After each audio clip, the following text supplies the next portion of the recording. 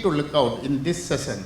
We have to look around what is happening in terms of this modern slavery or the contemporary forms of slavery in all these places. So I will call upon two people. One is Dr. Avinash.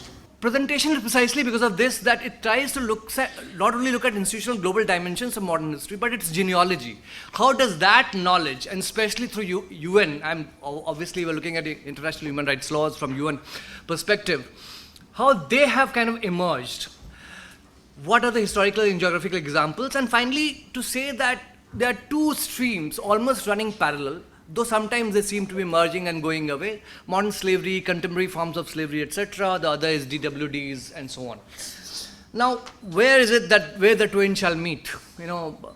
And why do they need to meet formally? It's not that, again, that knowledge is a hidden knowledge. Everybody has been talking about since yesterday. It's fairly well understood knowledge, and yet somehow, precisely going back to Paul, that until formally it gets recognized that these are the issues which need to be talking to each other, and that's the kind of argument we are trying to build here, states won't be forced to even acknowledge them formally. And that's why states need to be taking these up from this merger of these two platforms. Very quickly, so I mentioned slavery convention story begins from 1926 onwards, and there have been several reforms, additional laws, etc., around that. Again, I would not read, you can see it here, very detailed kind of work has been defined here. Now,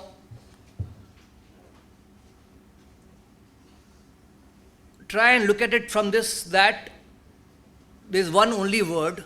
It can persist as a state of mind among victims and their descendants and among the inheritors of those who practice it, long after it has formally ended. Actually, that's where your story begins of our contemporary slavery, actually, in many ways. But that's not the only story. So that is a point I wanted to kind of highlight here. Numbers have been bandied about since yesterday, but some of these numbers were stark for me as well, so that's why almost 4/5 of slavery victims are located in just 20 countries as per the definitions of contemporary slavery and so on. And the fact that while there's an increased focus on economic lens, and that's what I was trying to say, there's a equally strong need for the focus on socially excluded communities within the national boundaries which supply modern slaves, so to speak, within and outside those boundaries. And that is very important for us too. Now, racial discrimination. I'm just looking at quick categories. So, modern slavery and Vinay has covered, so I'm just rushing through them. This is again ICERD, International Convention on Elimination of Racial Discrimination, Article 1, which says, and dissent is underlined here, which actually opened the possibilities for next generation activists like Paul and all, who got around late 90s, around Durban conference, to break that open, prize that open for inclusion of caste in that debate and so on. And there is DWD. In its August 2000 resolution, UN subcommission says that appropriate legal penalties and sanctions, including criminal sanctions, are prescribed for and applied to all persons or entities within the jurisdiction of the governments concerned who may be found to have engaged in practices of discrimination on the basis of work and descent. So there are laws. Dissent implies one generation inheriting from another specific characteristics, which I mentioned earlier as well. So, whereas slavery may have emerged as a form of category through internecine warfare, so part of the story is that the wars, slaves, captured populations, but in many other societies this emerged through a ritualized institutionalization of hierarchy-based occupations, based on religious sanctions, even as the larger outcomes through this process turned out to be very similar in many ways. And then caste, of course. I mentioned that it's very interesting, the battle which began in 2001 and before, in 2016, finally, it found its one kind of culmination in the UN and international human rights law. That is, UN Special Rapporteur on Minority Issues released the first comprehensive UN report on caste-based discrimination. It further reinterpreted caste as a global phenomenon by employing the phrase descent-based discrimination and not as something confined to Hinduism in India, which had been said earlier as very specific by both, actually, Indian state as well as the outsiders, that this does not have those connotations, challenging the popular understanding of the subject. As caste can be determinative of one's occupation, caste-based discrimination is also referred to as part of DWD. So it's this is what I said, coming to a fruition of a journey of that. And this is just, so various kinds of typologies. This is a recent book, Elizabeth Wilkerson, some of you must have seen, who brings in actually race and caste together, and this is a very interesting study which has got a lot of, so 8 pillars of caste, which are, many of them are familiar to us: divine will, heritability, endogamy, purity and pollution, occupational hierarchy, dehumanization, stigma, terror and cruelty as means of enforcing the caste system, and inherent superiority and inferiority of caste. So these are the established rituals around which you build. Why do we have these different definitions for almost overlapping sociological characteristics? Part of the reason lies in the roots of, and that's why I was referring in the beginning, of different socio-political contexts of 2 world wars and the emergence of anti-colonial nationalisms. And also precisely because the history continuously needs to be written from the lens of the oppressed. And that's why you continuously fight over the meanings of the words, so that meanings don't get captured by certain other, those who are in power. And that's why this battle for definition. Definition is not just a battle for abstract definition and written in some human law. These are actually inscribed through the popular struggles across the countries, across societies. And that's why this battle needs to be inscribed in the formal languages as well. Quickly on the global part. So there are so many communities. So on one side, so the West and Central, I'm just looking at global dimensions. So this is where examples come in. So left, there's so many names I would not even take. So you have in Western Central Africa countries like Gambia, Guinea, Sierra Leone, Liberia, Ivory Coast, all of these. For Benin, Ghana, Mali, Nigeria, of course. Now these are communities, Wolof, Togolos. I mean, there's whole. What are the characteristics? Restrictions on commensality based on concepts of pollution, who are ascribed this position from birth and therefore denied equal rights with the rest of the population. Look at the similarities which we are talking about. Hereditary endogamous groups that are assigned specific occupation and governed by strict hierarchical relationships. And of course, many of these are these kind of professions, from bards and blacksmiths and tanners, leather workers, of course, and woodworkers, weavers, brass casters, etc. East Africa, Somalia, Ethiopia. Again, some of these communities, Bindigan, Tumal, Yibir, Fuga, Chinasha, and so on, considered haram. Specialized occupation, haram, you know what it means, and it is used there also. Not untouchable, polluted, and so on. Rights to own land, complete restrictions. Cattle and horses, no right to claim. So none of these rights they have. No right to claim compensation for murder. In traditional these societies, a right for all, which is a right of all other Somalia clans. Social segregation and enforced endogamy. Denial of education and restriction of employment to traditional or menial tasks. Tanner, hunter, potter, these are very clear. Hunter-gatherers, descendants are different. In Kenya, Wata, unwanted, and these are the terms quoted by the societies there. They are unwanted, low caste, worthless, and downtrodden. Rwanda and Burundi have a community like Toa, similarly. Slave descent is a separate category. Mauritania, Haratines, which when I was talking about, Mali, Niger, all these Tuaregs, which are again slave descents. Bellahs are traditionally occupied by their owners as unpaid manual laborers, producing goods such as salt, which the owners then trade. Yemen, Middle Eastern societies, butchers, barbers, circumcisers, etc., etc. Very bottom, below even the slaves. Officially banned, but endogamy. So many countries have banned these, but practices continue. And that is the interesting part which Rina was talking about. You can ban officially in paper, but how entrenched institutional practices continue is the issue here. Nayantara, when I said she is our Nayantara for the simple reason, she is from ADRF and also she is with us. If we look at pre-Durban, we don't see that much mention of discrimination based on work and descent. It's few and far between. When you consider, if you say that UDHR is the start of human rights instruments in the international space, which is 1945, then only in the 90s do you start seeing the mention of caste or the mention of descent and descent-based discrimination. So, and this is primarily in India and Nepal. So if you see this the World Conference, you have in the Committee on the Elimination of Racial Discrimination, the Human Rights Committee, as well as the Committee on the Elimination of Discrimination Against Women, where you have these bodies recognizing the human rights abuse and discrimination faced by scheduled castes and scheduled tribes in India, or the fact that caste system is embedded in Nepalese culture. They also talk about the prevalence of the Dweki system, as Reena had talked about in her presentation, and also talk about the need to enforce laws in India against the Devdasi system. Just going very quickly through Wakar and the conference as well as the preparatory phase. It was during Wakar's preparatory phase and from the year 2000 onwards that the caste-based discrimination became more visible.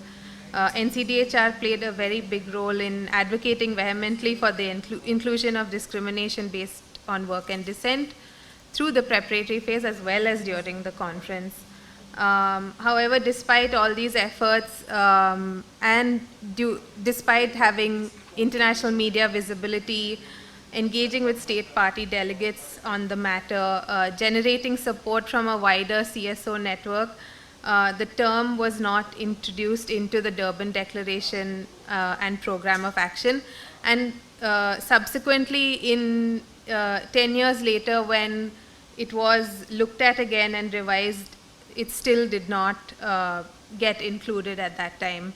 However, the momentum that was generated from Wakar sort of spilled over into the next 20 years that we will see now. I think when you talk about post the World Conference, I think a big thing to talk about is General Recommendation 29 adopted by the Committee on the Elimination of Racial Discrimination, which specifically talks about descent-based discrimination. I've just given a few extracts, so I'm not sure if you can read it here. But General Recommendation 29 mentions that all states should take steps to identify those descent-based communities under their jurisdiction who suffer from discrimination, especially on the basis of caste and analogous systems of inherited status, and also provides for measures to be taken to eliminate this. It's played a critical role in providing a common framework for monitoring descent-based discrimination by the committee, and you can see that in the fact that if you look, all these are evaluations done by the third committee post General Recommendation 29, and you see that caste or descent-based discrimination is mentioned in each of these reports. So if you see, some of the countries have 2 different years or 3 different years, and it means that it has been mentioned that many times, and the committee is concerned about descent and caste-based discrimination in these countries. And as you notice, the countries are spanning across the globe. At around the same time, as Avinash had already mentioned about the UN Subcommission on the Protection of and Promotion of Human Rights, we have the working papers by RKW Gunasekara and the subsequent papers of Mr. Aide and Mr. Yokoto, which took up the issue of discrimination based on work and descent as a form of discrimination prohibited by international human rights law. But I think the most notable thing that came out of the work by the subcommission is the draft UN principles and guidelines for the effective elimination of discrimination based on work and descent, which was submitted to the Human Rights Council in 2009. These principles arose out of the subcommission's mandate to Mr. Yokoto and Professor Chin Sung Chung, who's also written the foreword for our 2 reports. And the draft principles are a comprehensive legal framework designed to eliminate discrimination based on work and descent. These guidelines propose general and special measures to be taken by various stakeholders towards the elimination of discrimination on work and descent. The unfortunate thing about this is that they continue to remain as a draft rather than having been officially adopted by the Human Rights Council. and yeah, they still remain in the draft form. To sort of conclude this section, I've just put down on this slide the different committees and special rapporteurs who have mentioned, and the different UN processes that have mentioned caste-based discrimination, and where you can find caste-based discrimination mentioned over the span of the last 20 years. And as you can see, actually this does not represent all the committees and all the special rapporteurs that have mentioned caste and descent-based discrimination, but I ran out of space on the slide, so I limited it to these. But I would also like to mention that the Special Rapporteur on Torture, Freedom of Religion and Belief, the Special Rapporteur of Safe and Drinking Water and Sanitation, Special Rapporteur on Human Rights and Extreme Poverty, and many other Special Rapporteurs have also mentioned and expressed their concern about dissent and work, discrimination based on dissent and work. I'm Brahim Bilal Ramadan, right expert for CDWD in Mauritania. Mauritania is a country in West Africa, and there is Arabs, Berbers, and Black from Africa, and the Haratines. Haratines are the ex-slaves, slaves and ex-slaves. In Mauritania, we are facing slavery, two kinds of slavery. Modern slavery, which is in whatever everybody everywhere in the world. But in Mauritania, we have the traditional slave, which is domestic slavery, people working with others because they are their property, they have no salary, they have no rest, and they think, because they are not educated, they think that God creates them as a slave, and they should, to be good Muslims, they should be a good slave. They have to work for their masters. And in Mauritania, the slaves continue to exist. Instead of in some other countries, even if in Mauritania slavery is criminalized in the constitution and is a crime against the humanity in the constitution of Mauritania, but the law in Mauritania are not implemented. That is a big problem. Why? Because the people who enslave others, they are the same people who are lawyers, judges, and ministers, and the same community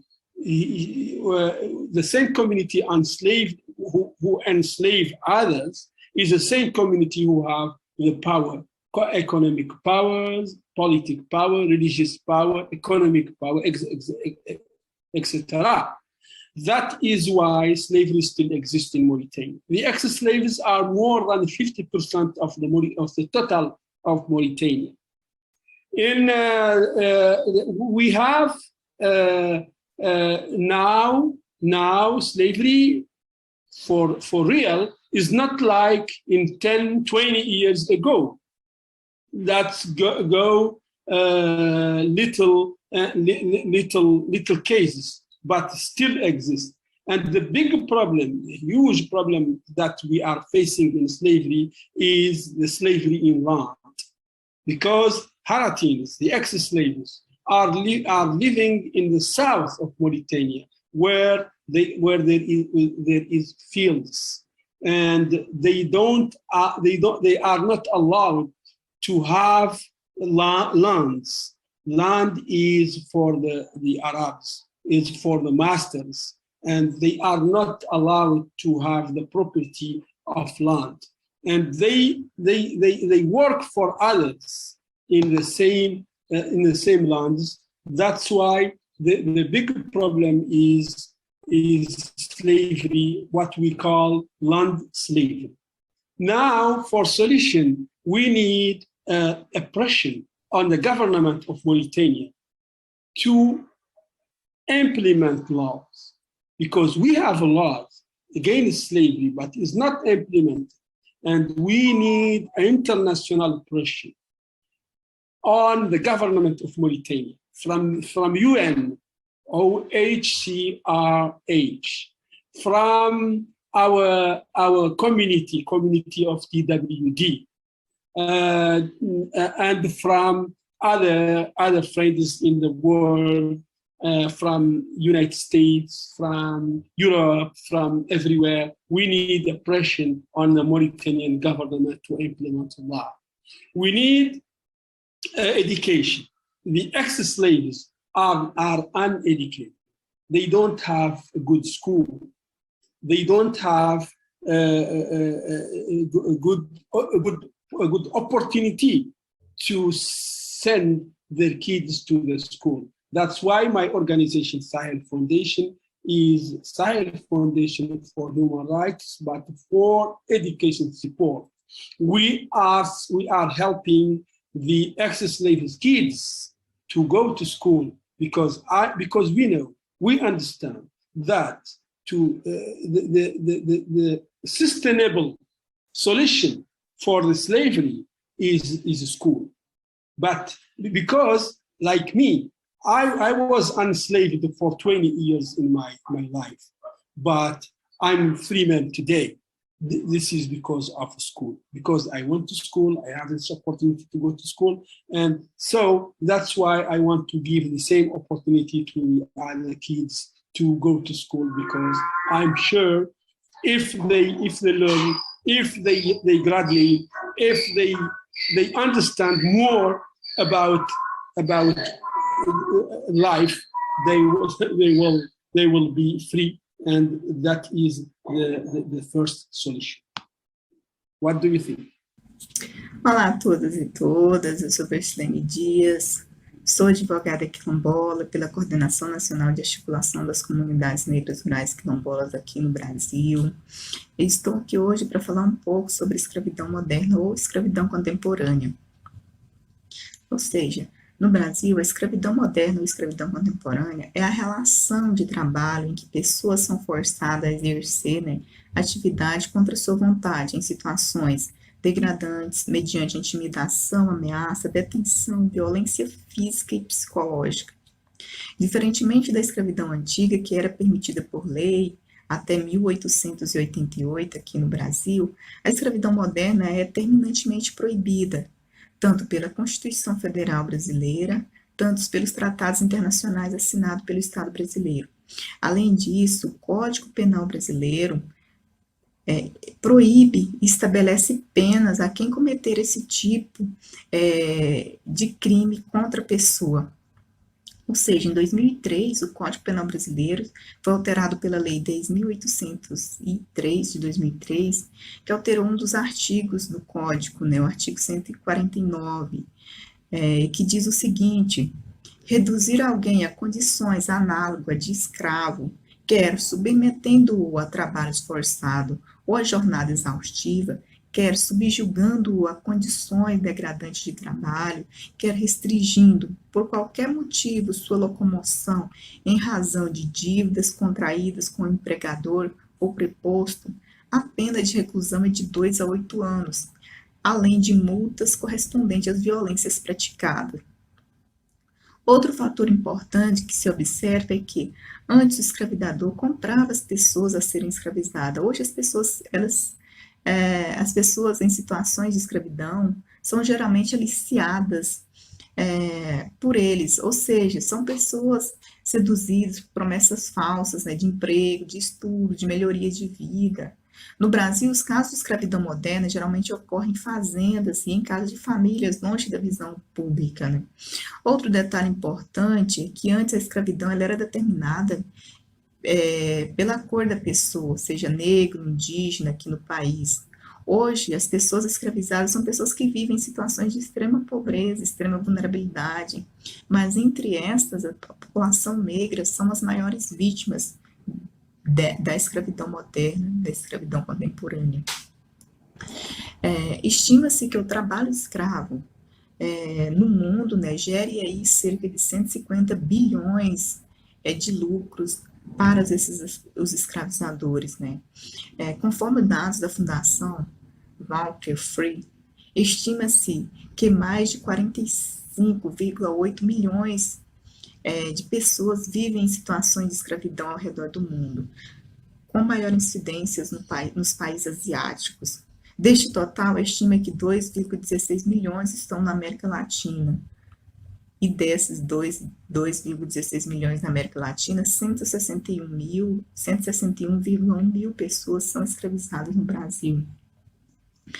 No Brasil, em média, 5 pessoas são resgatadas do trabalho escravo por dia no país, com maior incidência nos estados do Norte, Nordeste e Centro-Oeste, ou seja, nas áreas onde o trabalho de expansão agrícola avança, na área amazônica, a área do Cerrado, em que está se avançando aí a expansão agrícola no país. Bom, apesar do aumento e de incidência do trabalho escravo nas áreas urbanas, ter tido esse aumento aí nas áreas urbanas, devido a grande crescimento das atividades de obras no meio urbano nos últimos anos, dados do Observatório de Erradicação do Trabalho Escravo no país e tráfico de pessoas, levantado entre 2003 e 2020, confirma que 70% do trabalho escravo está ligado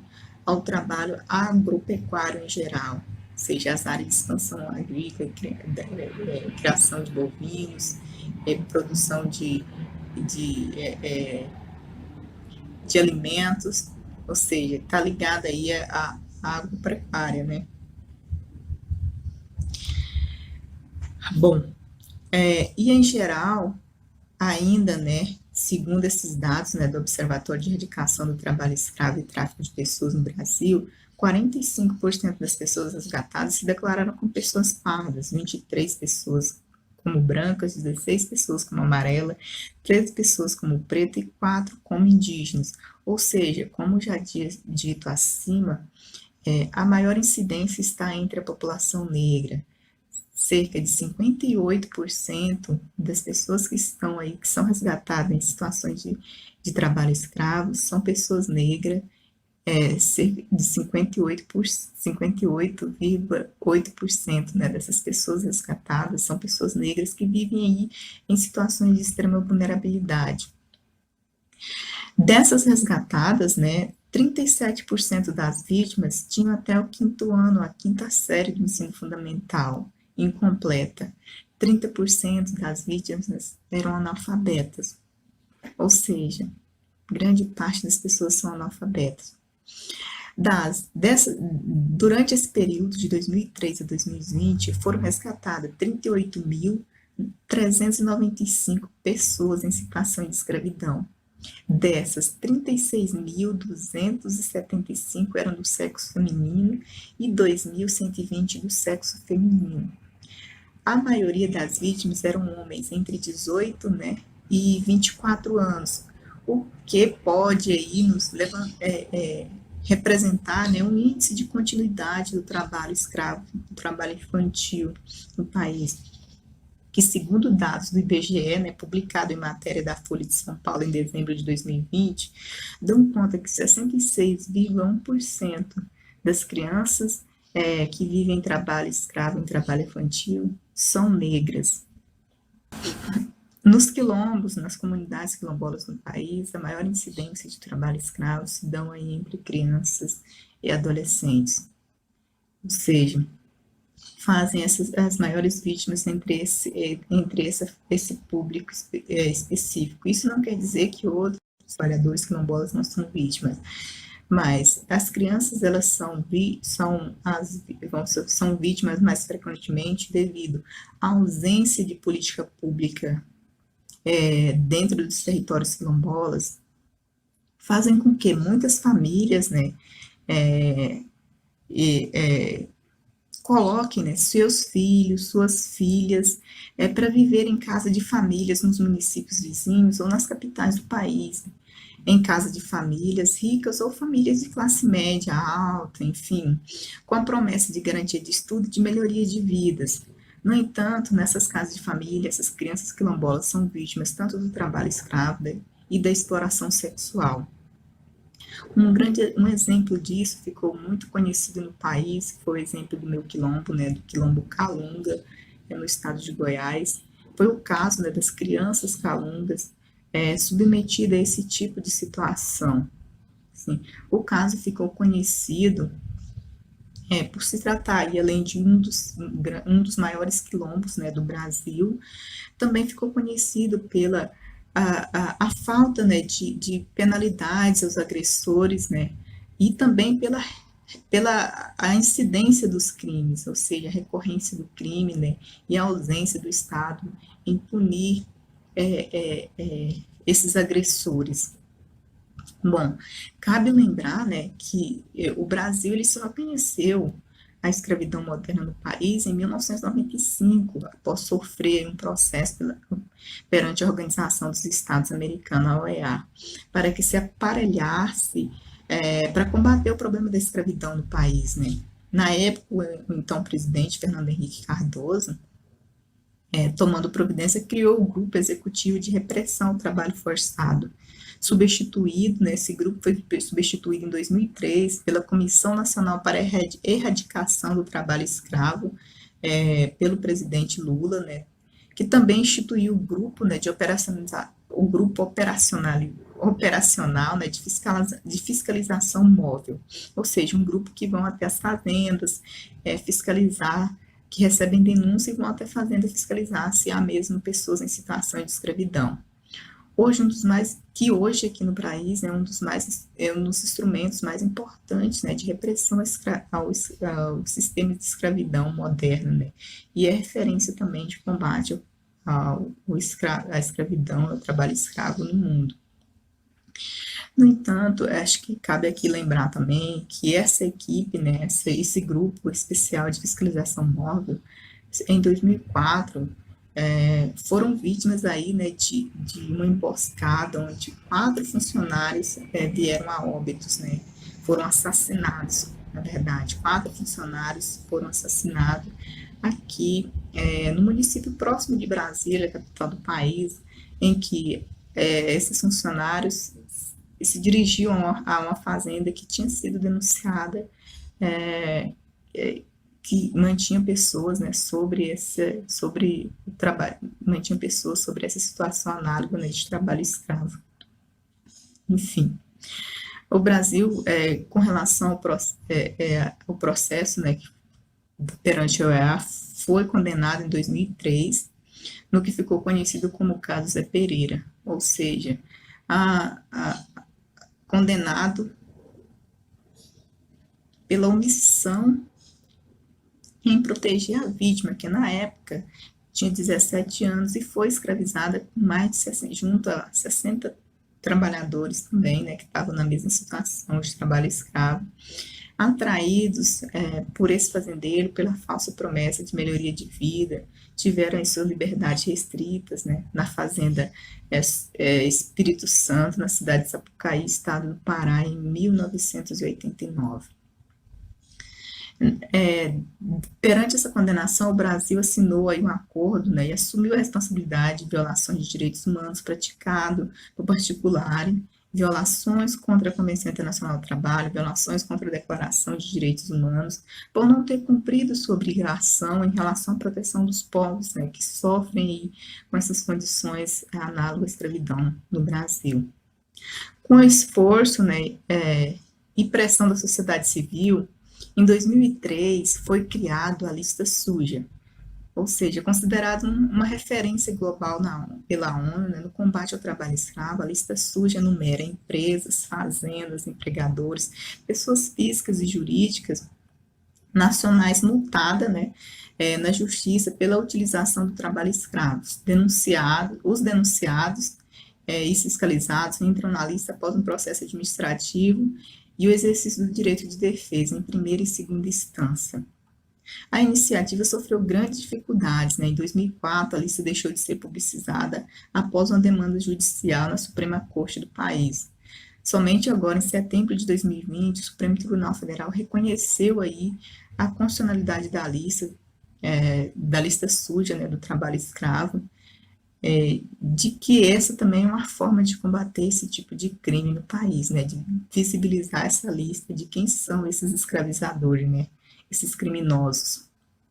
De acordo com dados, né, de inspeção do trabalho do Ministério da Economia, nos últimos 25 anos, mais de 55 mil trabalhadores foram resgatados, trabalhadores e trabalhadoras, né, foram resgatados do trabalho escravo contemporâneo no país, por ações desse grupo especializado. Entretanto, só em 2020, 942 pessoas foram resgatadas do trabalho escravo no país. E a tendência é aumentar esse tipo de crime no Brasil, em decorrência dos efeitos da pandemia, né, e da política adotada pelo atual governo, que evidencia, né, para o aumento da pobreza extrema, da vulnerabilização das populações que vivem nessas situações e, claro, com certeza, o aumento da fome do país. E aí a gente ainda enfrenta, né, os empecilhos impostos aí aos auditores fiscais do trabalho, com a extinção do Ministério do Trabalho pelo atual governo, pelo atual presidente, né?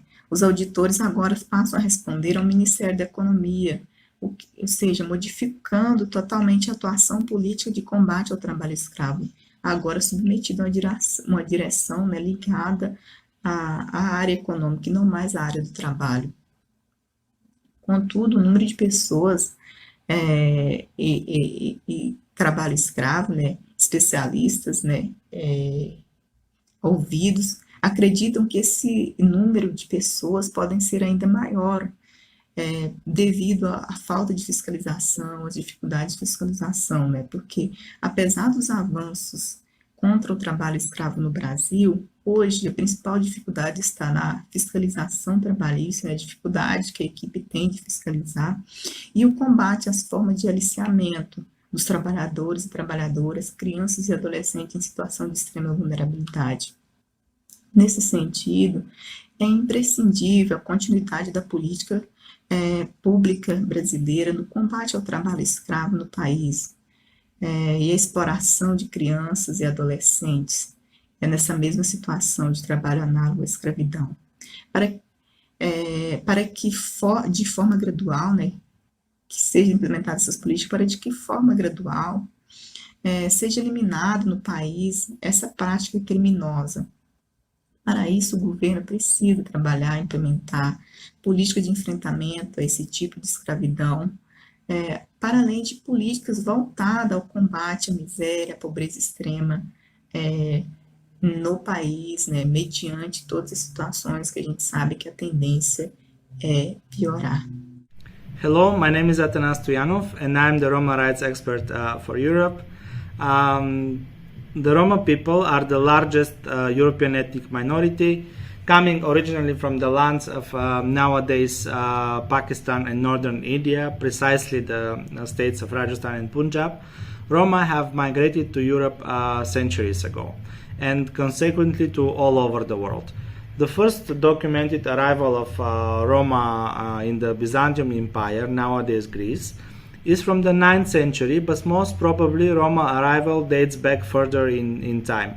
Historical sources are lacking, as Romani language is only oral, transferred orally from generation to generation, yet some historians speculate that Roma have arrived to Europe together with the conquests of the Alexander the Great. The Romani language is a new Indo-Aryan language, still spoken as native by millions of Roma in many continents across the world and also in Europe. The Romani language is very much related to Sanskrit. It is a new Indo-Aryan language, very much related to Sanskrit, Hindi, Farsi, Armenian, and Greek. Because in the United Kingdom, France and Spain believe that Roma originate from Egypt, they call them gypsies, or in Spain, gitano, in France, giton. because in ancient Greece, the Byzantium Empire, Roma were called Atsinganoi, literally meaning untouchable. Today, Roma are known as Tsigani in the Slavic-speaking countries and as Tsigoiner in the German-speaking countries. The term Roma, the way how Roma people call themselves in their language, Romani, means literally Roma, and this is the common umbrella term used to designate all the Roma people who have common historical ancestors, but otherwise are called differently in the different countries. Since the arrival of Roma in Europe, they have become a target of discrimination that lasted for centuries, and it is continuing to last, unfortunately. This discrimination is due to the fact that Roma looked like no one else in Europe. Roma's culture and rituals were seen as strange and mystical.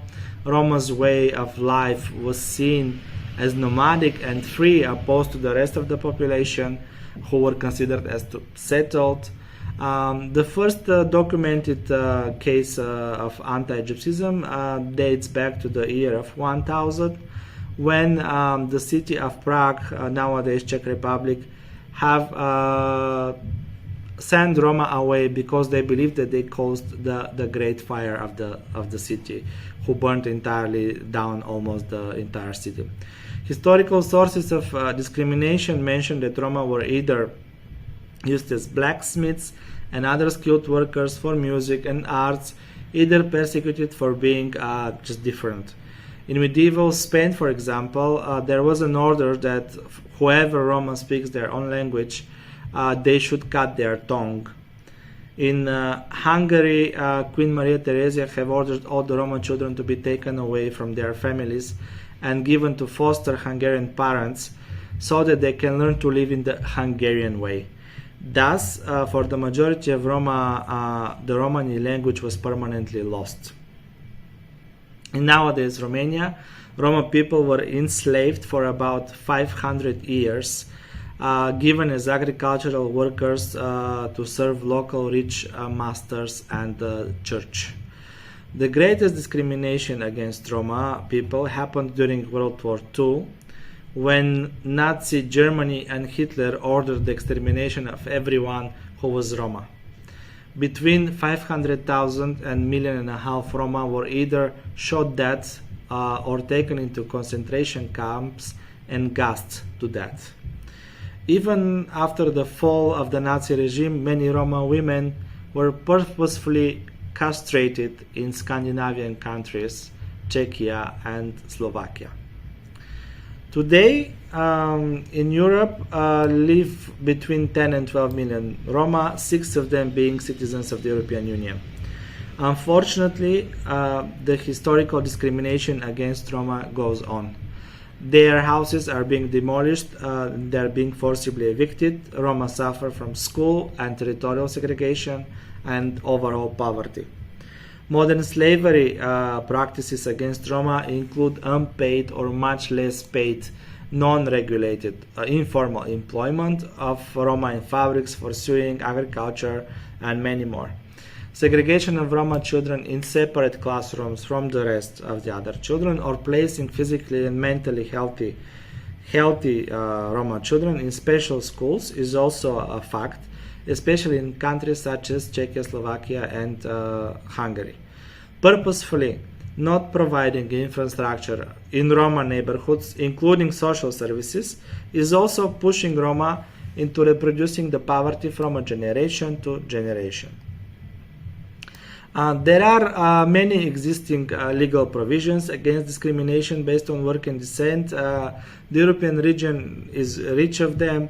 I will mention just some: the Directive Against Discrimination on the Grounds of Race and Ethnic Origin, the Directive Against Discrimination at Work on Grounds of Religion or Belief, Disability, Age, or Sexual Orientation, the Directive on Equal Treatment for Men and Women in Matters of Employment and Occupation, and also another one in the access to and supply goods and services, the Directive Against Discrimination based on age, disability, sexual orientation, and religion or belief beyond the workplace.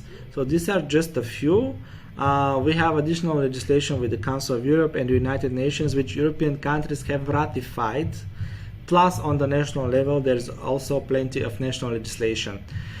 The problem, however, is not the legislation, but it's the lack of implementation and addressing anti-Roma discrimination in practice.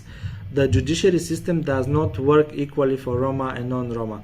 Roma prisoners are more than the rest. Roma children institutions are more than the non-Roma children in orphanages, etc., meaning we have issue with access to justice because of discrimination, access to employment because of discrimination, quality education, healthcare, and so on and so forth. The way forward is that there is a need of better investment into Roma and human rights civil society organizations in general, because organizations are the best advocate for the issues of Romani communities, and the more local they are, the better. We are not demanding for new legislation we have plenty, but for implementing strictly the existing one, because this is the largest issue. Therefore, we also need platforms such as the European Union, such as the United Nations, to use to have a greater awareness about the issues Roma have and to hold national governments accountable. On what basis should all the communities discriminated around the globe come together? I have two fundamental principles, philosophical principles and sociological principles, which are related to, fortunately, the concepts of work and descent. I am not going into detail, but this may be for later as an agenda for us, for those of us who are organizers, and definitely for Avinash and for a professor like Sanal and some company. I think that we should probe much deeper into the conceptual basis. When I say conceptual basis, I am not meaning very theoretical. Conceptual basis grounded on empirical experience, empirical data. I think this is one important point for our agenda. Second, third, and fourth, which perhaps we can discuss here. How should all the communities discriminated around the globe come together? Definitely by way of interlinkages.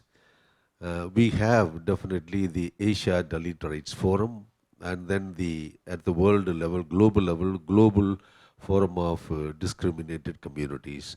How best can we really come together? I think that is one practical strategies that we can discuss. Thirdly, how together can we demand global attention, more global attention with the UN, not only with the UN, but also with the bilateral governments. Some attempts have been made, but I think this is very necessary. How together can we come, and fourthly, what should be the agenda? What should be the agenda? One agenda, definitely the SDG agenda is there, but what could be the agenda that we can?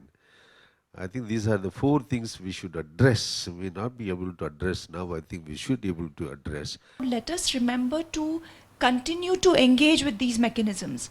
I think NGOs have also come a long way in terms of use of language, terminology, and Paul, you'll remember even at the WCAR, the NGO declaration was a bit of a disappointment. You even had the High Commissioner for Human Rights saying, please, I can't use this, give me language I can use. But remember, all of these came about because of the way NGOs engaged with these processes. The suggestion I want to make, a strong recommendation actually, is that we need to continue engaging with the UN special mechanisms, the special rapporteurs. Please continue sending information about violations, instances of abuse to the rapporteurs. UN processes can be slow. You may not always see results, but they work. We have seen in the recent past how governments, including the Indian government, has responded to reports by the United Nations. And I think that is very important.